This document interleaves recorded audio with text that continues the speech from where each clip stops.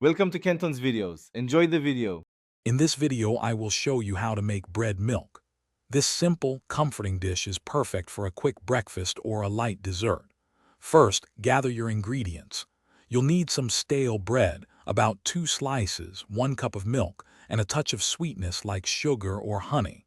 A pinch of cinnamon or vanilla extract can also elevate the flavor. It's a wonderfully versatile recipe. Now let's prepare the bread.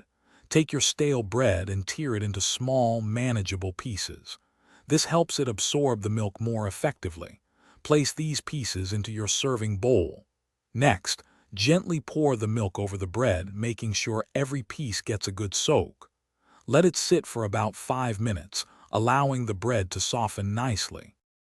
Hey everyone, if you're finding this video helpful, please take a moment to subscribe and give it a like. And on another note, why not upgrade your clean game with the Shark AI Ultra Robot Vacuum? It features voice control, self-emptying, and is totally pet-friendly, leaving you more time for delicious treats like bread milk.